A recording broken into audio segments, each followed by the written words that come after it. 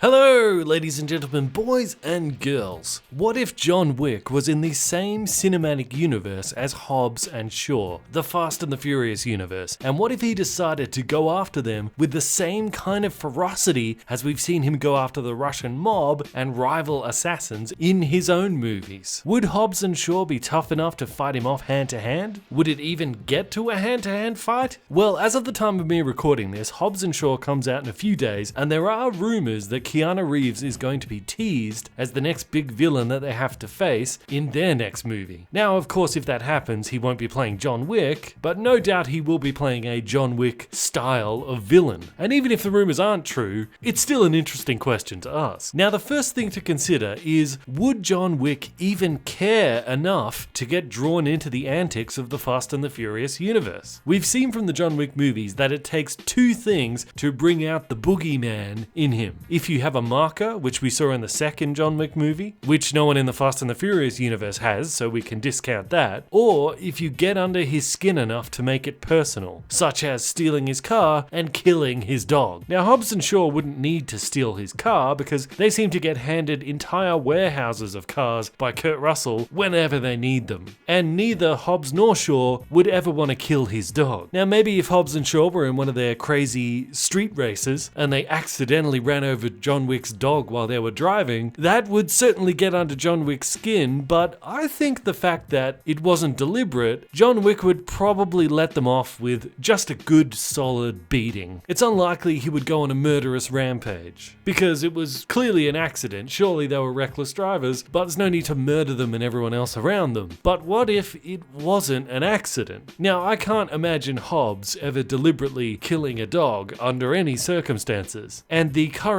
baby-saving version of Shaw, he wouldn't either. But what about the old Shaw, the bad guy Shaw? Would he deliberately kill a dog, not knowing that it was John Wick's? It's possible, but I still think there is a high chance that John Wick would let him off with just a good beating once he gets to see that Shaw is a changed man now and that he's trying to make the world a better place. After all, John Wick has shown mercy to rival assassins before, understanding that they're just doing their jobs. So why wouldn't he let Hobbs and Shaw off with a beating, especially considering that Hobbs wouldn't even have been directly involved in the dog's death? So something more would be needed to really unleash Keanu Reeves, to unleash the boogeyman. Something worse, like Hobbs and Shaw killing a friend of John Wick, so he feels the need to go out for revenge. And it would also need to be someone that John Wick is friends with, but is not in the assassin game themselves, because if they were, John Wick would just shrug it off as being part of an occupational hazard, just the risk that comes with being an assassin. So it would need to be a civilian, someone not in the killing business who John Wick really cares about. Maybe a distant relative,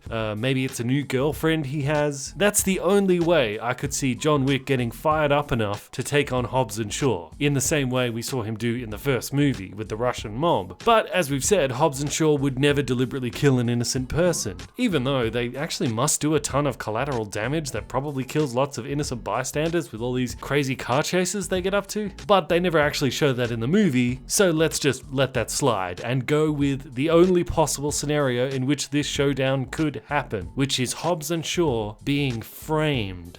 Yes, an enemy of Hobbs and Shaw goes out and kills John Wick's friend and makes it look like Hobbs and Shaw did it in order to get John Wick to take out Hobbs and Shaw for them. Someone like Charlize Theron's character Cypher from Fast 8 would be a perfect choice for this, because she's still alive, she's still out there, she has the means to set something like this up, and she has a lot of reason to do it. The Fast and the Furious crew have upset her plans both directly and indirectly 3 separate times now, and she especially hates Shaw, who she has a whole lot of bad history with. So let's go with this scenario. John Wick believes that Hobbs and Shaw have killed his friend, so he's now determined to go out and get revenge. How would it go down? Well, John Wick being determined to take out your entire team one by one to get revenge for a fallen friend, that's exactly what Shaw was doing in Fast and Furious 7. In fact, Shaw was not only set on pretty much the same mission as John Wick would be, but he was also very similar to John Wick's in his lethality, his fighting style, style, being a one-man army, all that kind of stuff. But as we saw in the movie, he didn't get the job done, despite the movie portraying him as a John Wick-style unstoppable killing machine. He only really took out one guy. And Fast and Furious 8 also makes a point of showing the difference between Shaw and Dominic Toretto, in that Dominic Toretto wants a straight-up mano-a-mano street fight, while Shaw doesn't mind cheating to get the upper hand. But when you strip away what the movie tells you and you just look at their actions, Shaw kinda does want a mano-a-mano fight too. I mean, he engages in a fist fight with Hobbs when they make a point to show that Hobbs's gun is right next to him. If he really believed in winning more than fighting with honor, he would just shoot Hobbs right then and there. Seriously, if you're a rogue assassin like Shaw is supposed to be, why would you want to get into a fight with someone like The Rock anyway? I mean, look at the size of the guy. If I was an assassin, I'd be like, no, I'll just shoot him, thanks very much. I don't think I'll get into a fist fight. I think this is the reason why Shaw ultimately failed to take down the team. While John Wick would not make that mistake, he's a true assassin. He doesn't mess around. As soon as he gets a clear shot on his target, it's over. You remember in the first movie, the speed at which he takes out the guy who killed his dog is so fast it's actually kind of funny. The bad guy doesn't even get to finish his sentence before he's dead. In the second movie, as soon as he gets the chance, he puts a bullet between the eyes of the next bad guy, even despite the fact that he's on continental grounds and he's not supposed to kill anyone there. The only times John Wick has ever delayed in killing his target is not due to any kind of sense of honor or fair play. It's more of a professional courtesy. The woman that he's assigned to kill in the second movie is an old friend, so he allows her time to go out the way that she wants to. Again, as a courtesy. In the first movie, the old Russian mobster guy, the father of the guy who killed his dog, he's worked with John Wick in the past, so John Wick agrees to put his gun down and let them have a hand-to-hand fist fight, even though the old guy really stands no chance against John Wick. But John Wick,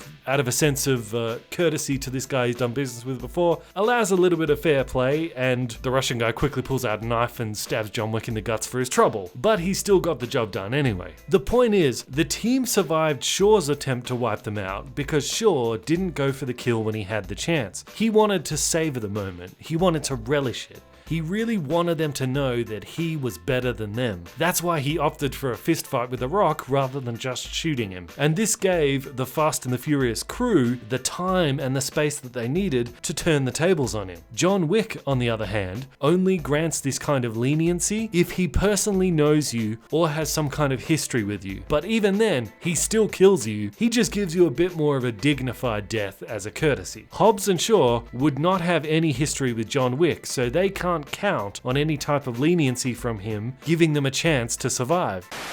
Just look at him. So sleek, so powerful, so beautiful.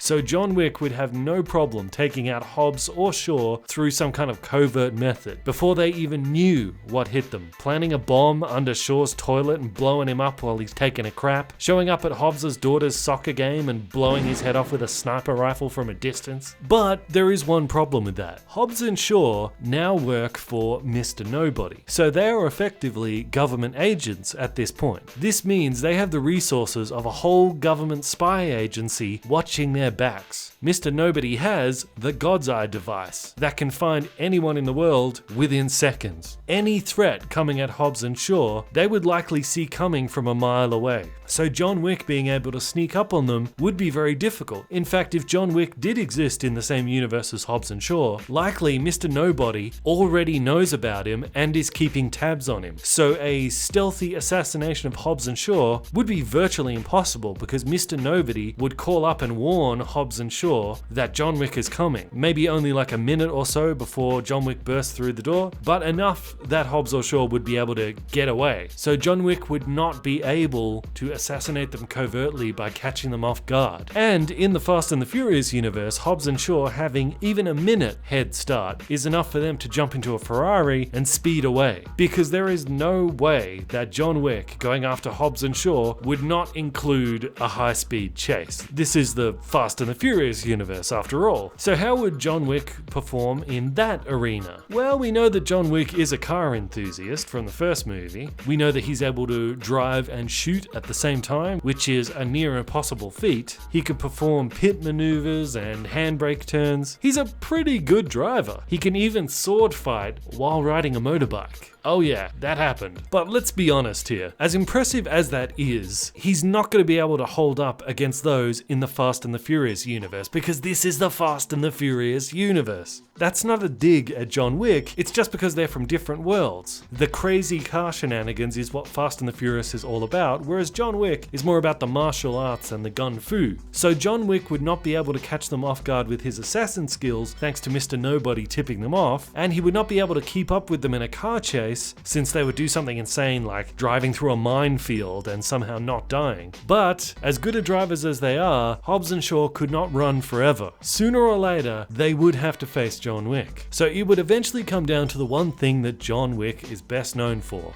the fighting. Could Hobbs and Shaw stand their ground against John Wick?